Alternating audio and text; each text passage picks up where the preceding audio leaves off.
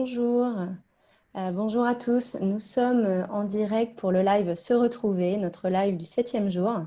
Aujourd'hui, je suis avec Jenny Sébert, psychosomatothérapeute. Bonjour Jenny. Bonjour. Alors, tu nous proposes un live qui va en intéresser beaucoup, puisqu'il s'agit des couples. Donc, le sujet, ça va être en couple, comment réussir l'épreuve du confinement. Alors, je te laisse nous présenter le programme. Merci. Donc, bonjour à toutes et à tous. Je suis effectivement psychosomatothérapeute. Je travaille en thérapie individuelle avec des adultes et des adolescents et je reçois également des familles et des couples. Et donc aujourd'hui, je voulais vous proposer de réfléchir à comment on peut réussir cette épreuve ou ce défi du confinement d'être confiné à deux. Parce que c'est vrai que cet isolement forcé, il peut mettre les couples à rude épreuve. On l'a vu en Chine, le nombre de divorces a considérablement augmenté à la sortie du confinement. Donc, qu'est-ce qui se passe un peu pour ces couples? Parce que finalement, c'est un phénomène qu'on pouvait déjà observer avant le confinement, par exemple avec des couples de retraités qui ont passé 40 ans de vie ensemble et qui se séparent au moment de la retraite, ou bien des couples qui divorcent au moment où les enfants quittent la maison. Donc, qu'est-ce qui se passe? Ces couples se retrouvent à passer tout leur temps ensemble et ils n'en ont plus l'habitude et c'est difficile pour eux, ils n'y arrivent pas. Donc, on va essayer de voir ensemble aujourd'hui justement comment on peut faire pour ne pas en arriver là, comment on peut donner un peu d'air, d'oxygène à ces couples et qu'est-ce qu'on peut mettre en place pour vivre au mieux cette période sans que le couple explose en vol.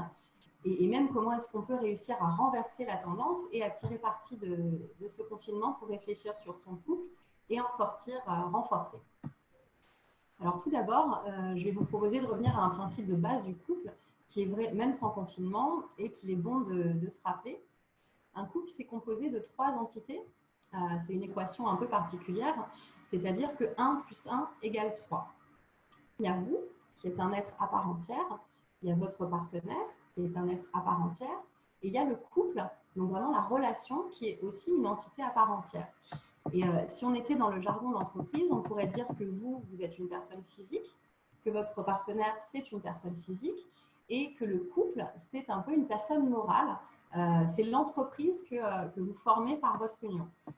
Et c'est important de prendre un petit temps pour comprendre cette équation un peu particulière, parce qu'en fait, pour qu'un couple soit dans l'harmonie, il faut que ces 3 entités soient équilibrées. C'est-à-dire qu'aucune des 3 ne doit ressentir de manque. Concrètement, ça veut dire qu'il faut que j'accorde à part égale du temps pour moi, pour mes activités personnelles, et du temps pour mon couple. Et mon ou ma partenaire fait de même de son côté. Donc, c'est vraiment important d'aller chercher à l'extérieur du couple de quoi se nourrir soi. Donc, faire des activités de son côté, entretenir son jardin secret, cultiver son univers. C'est vraiment ce qui permet ensuite de nourrir la relation en ramenant dans le couple ce que chacun a pu trouver à l'extérieur. Je fais vraiment ce mouvement parce que c'est ça l'idée. Vous avez vraiment le couple au milieu et chacun va aller à l'extérieur piocher de quoi ramener pour nourrir le couple. C'est vraiment important de se séparer de temps en temps pour mieux se retrouver ensuite. Et donc là, vous allez me dire, ok, c'est super, mais quand on est confiné à 2 dans 20 mètres carrés, on fait comment? Et là, c'est primordial de mettre en place un cadre et un petit peu de discipline avec ce confinement, effectivement. Donc, idéalement, si vous en avez la possibilité, je vous conseille de ne pas télétravailler dans la même pièce. Si vous avez plusieurs pièces, n'hésitez pas à fermer les portes, voire même carrément à mettre un petit écriteau en disant « ne pas déranger » sur une porte. Et si vous êtes confiné, il existe des couples qui vont être confinés à 2 dans un petit studio. Essayez de vous créer 2 espaces vraiment distincts.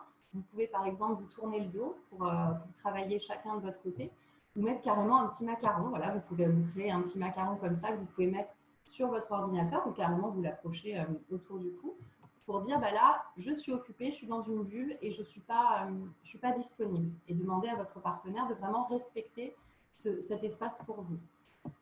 De même, essayez de ne pas réaliser toutes les sorties autorisées ensemble pour vous accorder vraiment du temps en solo. Pendant qu'il y en a un qui va faire ses courses, l'autre peut télétravailler à la maison ou aller faire son heure de promenade autorisée de son côté pour vraiment avoir des bulles chacun de votre côté. Si vous réalisez des activités, que ce soit des activités sportives ou culturelles ou sociales, chacun de votre côté avant le confinement, n'hésitez pas à continuer. Ce n'est pas parce qu'on est dans la même maison, dans la même pièce, qu'il faut tout faire ensemble. Ça rebouscule un petit peu les codes, mais vous pouvez faire de votre côté un cours de sport en ligne, par exemple, pendant que votre partenaire est au téléphone avec ses amis, au télétravail, pour un petit peu vraiment cloisonner vos activités. Et puis, vous pouvez, pourquoi pas, je propose aux couples les plus courageux de tenter l'expérience de faire chambre à part ou lit à part pour une nuit, pour casser au maximum les habitudes. Il y en a un qui peut dormir sur le canapé du salon, par exemple, ou dans la chambre d'amis. Et l'idée, c'est de vraiment essayer de retrouver le plaisir de se retrouver, justement. Après, pour certains couples, ce confinement, ça va être une belle occasion souhaitée de pouvoir passer plus de temps ensemble. Et dans ce cas, je conseille tout simplement d'en profiter. Et si jamais le besoin d'air nouveau se fait sentir, là, vous pouvez mettre en place ce cadre. Mais vraiment, chaque couple doit trouver ce qui est bon pour lui à l'instant T. Et bien sûr, là, je parle des couples qui sont confinés ensemble, mais il y a des couples qui vont vivre le confinement séparément, chacun de leur côté. Et là, la problématique va être tout autre. Il va s'agir au contraire d'essayer de faire vivre au maximum l'entité couple grâce à des nouvelles technologies, par exemple. Ensuite, l'un des autres risques de ce confinement, c'est de prendre son couple comme un refuge. En fait, dans cette situation un peu anxiogène, on est vraiment dans une perte de repère totale. On le voit bien, on ne peut plus aller travailler, même les sorties sont très encadrées. On perd tous nos petits repères du quotidien, ceux qui faisaient qu'on pouvait se structurer et tisser notre vie autour de ça. Et en fait, on doit trouver de nouveaux repères ou faire avec ceux que nous avons sous la main. Et pour beaucoup d'entre nous, le couple ou la famille, ça va devenir un des principaux repères, voire le seul repère. Et ça, même si le couple est dysfonctionnant. C'est-à-dire que notre cerveau, il va préférer un repère qui ne fonctionne pas très bien que pas de repère du tout. Et donc, le risque, c'est vraiment d'aller surinvestir la relation, surinvestir l'autre, parce qu'il devient notre seul repère. C'est risqué parce que si on revient à notre équation de tout à l'heure, on voit bien qu'on est en situation de déséquilibre. Alors concrètement, ça veut dire quoi surinvestir ? Ça veut dire qu'on va donner à l'autre la responsabilité de satisfaire nos propres besoins. On va déposer sur l'autre toutes ses peurs, ses angoisses, ses questionnements. Et en définitive, on va rendre l'autre responsable à 100% de notre bien-être et de notre bonheur. Et c'est assez lourd comme responsabilité, le bonheur de quelqu'un d'autre que soi. Alors je dis on, mais ça marche dans les deux sens. Hein. L'autre peut tout à fait projeter sur nous ses peurs et nous rendre responsables de son bonheur. Et c'est très compliqué. Alors j'imagine que des situations comme celle-ci parlent un peu à tout le monde parce qu'elles arrivent à tout le monde, hommes, femmes. C'est assez fréquent, même en temps normal. Et c'est souvent par là qu'on commence un travail en thérapie de couple. Et là, avec le confinement, ces situations sont vraiment exacerbées parce qu'on n'a plus d'autres repères que le couple. Alors, la bonne nouvelle, c'est que ce n'est pas une fatalité. Et pour sortir de ce cercle vicieux, le secret, c'est vraiment de se recentrer sur soi. Donc, moi, je conseille au couple que chacun prenne un petit moment pour soi, tous les jours, pour faire un état des lieux de comment on se sent. Alors, ça peut se faire dans sa tête, quand on va se promener, on se fait sa petite liste mentalement, par exemple. Ou alors, on peut prendre un moment pour s'isoler et écrire, ce qui a l'avantage d'extérioriser les pensées, donc de les sortir vraiment de sa tête. Et on peut se questionner, donc se demander, voilà, comment je me sens aujourd'hui, quelles sont les émotions qui me traversent, est-ce qu'il y a de la peur, quelles sont mes peurs liées à cette situation, pour qui j'ai peur, est-ce que c'est pour moi, pour quelqu'un d'extérieur, quels sont mes manques, dans les restrictions actuelles, qu'est-ce qui est le plus dur à vivre pour moi. Et puis, on peut aussi essayer de se connecter à ses sensations corporelles, passer un peu par le corps, scanner pour voir comment ça se passe. Est-ce qu'il y a une zone qui est un peu tendue? Est-ce que j'ai la gorge serrée? Ou est-ce que j'ai l'estomac qui est un petit peu noué? Donc, lister comme ça les différentes parties du corps et voir comment on se sent. Alors, pour des personnes qui n'ont pas du tout l'habitude de faire ce travail, il est possible que ce soit un petit peu bizarre au début, un peu compliqué, ou que les mots ne viennent pas forcément. Alors là, je peux vous proposer de dessiner pour exprimer un ressenti. Alors, je précise tout de suite parce qu'il y a beaucoup de personnes qui me disent en consultation « Ah, moi, je ne sais pas du tout dessiner, je dessine très mal ». L'objectif, ce n'est pas du tout la recherche de performance artistique ou esthétique, mais c'est vraiment d'exprimer un ressenti de manière très spontanée. Donc, ça peut être par exemple un gros gribouillis noir ou rouge pour exprimer une colère ou un agacement. Ça peut être, je sais pas, un rond comme ça pour exprimer une sensation de vide. Enfin, vraiment, juste laissez-vous porter, faites comme vous ressentez et pour exprimer ce qui vous vient. Une fois qu'on a fait cet exercice, en fait, on est plus disponible pour se brancher sur l'autre et s'intéresser à ce qu'il ressent lui. Parce qu'on aura pris le temps de faire ce travail pour nous, en fait, on aura repris la responsabilité de nos émotions et on ne la fera plus porter à l'autre. Donc, vous pouvez choisir de partager ce que vous avez noté avec votre partenaire ou pas, comme vous le souhaitez. Ensuite, il va y avoir certains couples, effectivement, pour qui ce confinement va provoquer vraiment une situation de crise avec des tensions qui peuvent être parfois importantes. Dans ces cas-là, c'est vraiment important de prendre conscience que ce n'est pas le fait d'être enfermé qui provoque ces tensions. Ces tensions existaient sans doute déjà avant, quand on y réfléchit. Et en fait, la situation de confinement, elle vient simplement mettre davantage de lumière sur ces tensions. Alors, ce n'est pas confortable, ce n'est pas agréable, ça c'est clair, mais c'est peut-être le moment justement de pouvoir réaliser ensemble une évaluation de son couple. Souvent, on est pris par notre quotidien et au bout d'un moment donné, on ne prend plus le temps de se demander si la relation dans laquelle on est engagé est satisfaisante pour nous. Elle est là, tout simplement, on est dedans, on n'y pense quasiment plus. Et en fait, on oublie qu'on est réellement acteur de cette relation, chacun de son côté de manière individuelle, mais ensemble aussi tous les deux. Alors, comme le confinement nous donne beaucoup de temps, je vous propose de mettre ce temps à profit pour faire le bilan de son couple. Pour ça, je vous propose de prévoir un temps chacun de votre côté pour réfléchir et ensuite un temps ensemble de mise en commun. L'objectif, ça va être de passer en revue toutes les fonctions de votre couple pour réfléchir à ce qui va bien et ce qui va moins bien. Je vais vous en lister 8 autour desquels je vous propose de réfléchir.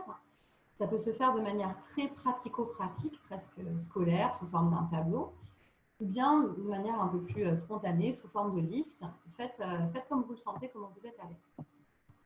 Donc, premièrement, le cadre, le matériel. Alors, quelles sont les règles de votre couple? Comment s'organise le quotidien? La répartition des tâches, l'argent, comment vous fonctionnez à ce niveau-là.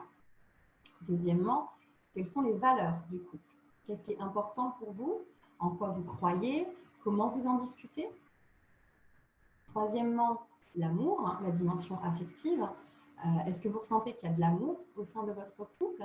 Est-ce que vous faites preuve de bienveillance l'un envers l'autre? Quelle est votre manière d'exprimer votre amour ou de vous témoigner de l'affection? Quatrièmement, les échanges. Quels sont vos sujets de conversation? Est-ce que vous parlez régulièrement? Est-ce que vous vous sentez libre d'exprimer à l'autre ce que vous pensez, ce que vous ressentez? Cinquièmement, les relations sociales, la famille, les amis, l'environnement professionnel. Comment votre couple est organisé à ce niveau-là? Quelle est la fréquence, l'importance que vous accordez aux moments sociaux? Sixièmement, la parentalité. Si vous avez des enfants, comment s'organise la gestion de la famille? Comment s'organise l'éducation des enfants? Septièmement, la créativité, l'autonomie personnelle. Est-ce que le couple permet à chacun d'être créatif? Est-ce que vous autorisez chacun d'avoir des moments pour vous à l'extérieur du couple pour justement équilibrer les trois entités dont je vous parlais au début? Et enfin, huitièmement, la sexualité. Comment s'exprime la sexualité dans votre couple? Est-ce qu'il y a des habitudes? Est-ce qu'il y a une routine en place, des pratiques que vous effectuez plus souvent, moins souvent? Voilà, comment ça se passe à ce niveau-là dans votre couple? Donc, il peut y avoir d'autres fonctions du couple. Si vous pensez à autre chose, n'hésitez pas à le rajouter. Et pour chacune de ces fonctions, je vous invite à vous interroger. Est-ce que je suis satisfait de comment ça se passe? Si oui, pourquoi? Sinon, pourquoi? Quels sont mes manques? De quoi j'aurais besoin? Souvent, c'est vrai que ce sont les choses négatives qui arrivent en premier et on a tendance à davantage les exprimer. Mais je vous invite vraiment à penser également à remercier et à gratifier votre partenaire pour ce qu'il y a de positif dans la relation. même si parfois vous êtes obligé de vous creuser un peu la tête pour trouver, ça vaut vraiment la peine. Et même si ça vous semble tellement insignifiant que vous dites que c'est pas la peine de le dire, ben si, c'est vraiment important. Ça peut être des choses très simples. Ça peut être merci d'avoir descendu les poubelles, ou ça peut être j'apprécie quand tu m'accompagnes faire les courses, ou je sais pas, merci de lire avec une lampe frontale, comme ça moi je peux dormir sans la lumière. Enfin, des petites choses qui nous paraissent vraiment insignifiantes et qui ont toute leur importance. Et j'insiste vraiment sur ce point car il faut savoir que pour notre cerveau, on a besoin de 5 interactions positives pour contrebalancer une seule interaction négative. Alors, je vous invite à compter le nombre d'interactions négatives que vous pouvez avoir par jour dans votre couple et à vous astreindre d'essayer à les contrebalancer par 5 fois plus d'interactions positives.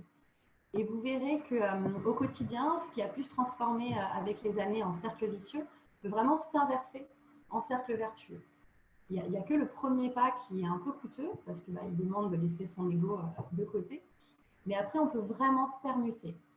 Parce que si je reçois de mon partenaire une remarque positive, moi, je vais être dans de meilleures dispositions pour être positive en retour. Qui va le ou la mettre dans de meilleures dispositions pour être positif en retour. Et ainsi de suite. Vous voyez le mouvement, le cercle vertueux qui peut se créer. Voilà, et enfin, pour terminer, je voulais vous proposer un petit exercice corporel.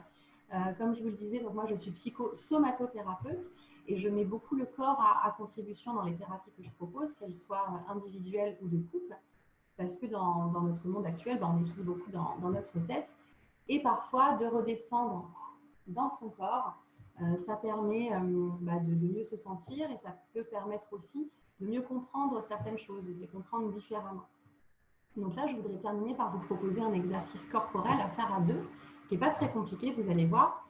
C'est un exercice qui permet de prendre contact, de reprendre contact avec l'autre et de se découvrir sous une autre dimension. Donc ça s'appelle l'exercice du dos à dos. Je vais vous montrer. Donc il s'agit de se mettre dos à dos avec son partenaire, voilà, et de venir prendre contact avec le dos de l'autre et d'aller explorer le dos de l'autre avec son propre dos. Donc, on peut faire des mouvements de gauche à droite, voilà, avec le haut du dos, comme ça, se laisser aller, le bas du dos, chacun de son côté, l'arrière des bras, comme des ours qui viendraient un peu se frotter, ou imaginez ce que vous voulez, et puis essayez de scanner en même temps comment ça se passe pour vous. Observez, est-ce que c'est agréable? Est-ce que j'ai envie d'y aller? Ou au contraire, c'est un petit peu difficile pour moi. Vous voyez si on a un des deux qui pousse plus que l'autre. Voilà. Observez, et observez également les réactions du corps de l'autre. Donc, vous pouvez faire ça pendant 5 à 10 minutes facilement. Donc là, on ne va pas le faire autant de temps. Et quand vous terminez l'exercice, vous vous mettez face à face, les yeux dans les yeux, et puis remerciez votre partenaire. Ça peut être juste en non-verbal, comme ça. Merci pour le moment que vous avez partagé ensemble. Et ça, c'est un exercice qui est intéressant pour des couples qui n'ont plus forcément de contact. Il est intéressant parce qu'il n'est pas trop frontal, on passe par le dos, donc ce n'est pas quelque chose de trop rapide. Et ça permet vraiment de se découvrir dans une autre dimension. Donc, quand vous avez terminé l'exercice, essayez de voir comment vous vous sentez. Et autorisez-vous à laisser advenir ce qui vient et à faire ce que vous avez envie de faire à ce moment-là. Si vous avez envie de prendre votre partenaire dans les bras, faites-le. Si vous avez envie de l'embrasser, faites-le. Si au contraire, vous avez vraiment besoin d'un moment seul pour vous, prenez-le. Vraiment, écoutez-vous. Il peut y avoir une émotion qui monte quand on n'a plus trop l'habitude de se toucher et qu'on passe par le corps, ça peut générer de l'émotion. Donc, laissez monter et accueillez ce qui vient sans jugement, accueillez vraiment tout ce qui se passe. Donc, je vous disais, voilà, c'est un bon exercice pour les couples qui n'ont plus forcément beaucoup de contact parce qu'il permet d'éveiller la sensualité qui peut parfois être un peu en berne. Voilà. D'ailleurs, je n'ai pas forcément parlé de la sexualité du couple et de comment profiter de ce confinement pour se retrouver à ce niveau. Parce que ça va faire l'objet d'un prochain live que j'aurai le plaisir d'animer dans 15 jours sur le Facebook de Médoucine et qui sera consacré à comment profiter du confinement pour dynamiser son désir et sa sexualité. Voilà, Merci, j'espère Jenny. que ce live vous aura donné des outils pour mieux vivre le confinement à deux. Je voulais vous résumer très rapidement les trois principaux outils. Donc, poser un cadre qui permette à chacun d'avoir des espaces et des moments à soi, se centrer sur ses émotions pour ne pas les faire porter à l'autre, et passer son couple au scanner pour voir où on en est et ce qu'on peut essayer d'améliorer. Et le petit bonus corporel à mettre en pratique quand vous le souhaitez. Voilà, je vous remercie beaucoup. Super, merci beaucoup, Jenny. C'était hyper intéressant. J'ai hâte de tester tous ces petits exercices, surtout celui du dos, là. Ça va être assez intéressant à faire. Merci. Donc, je vous précise à tous que vous pouvez retrouver Jenny Seber.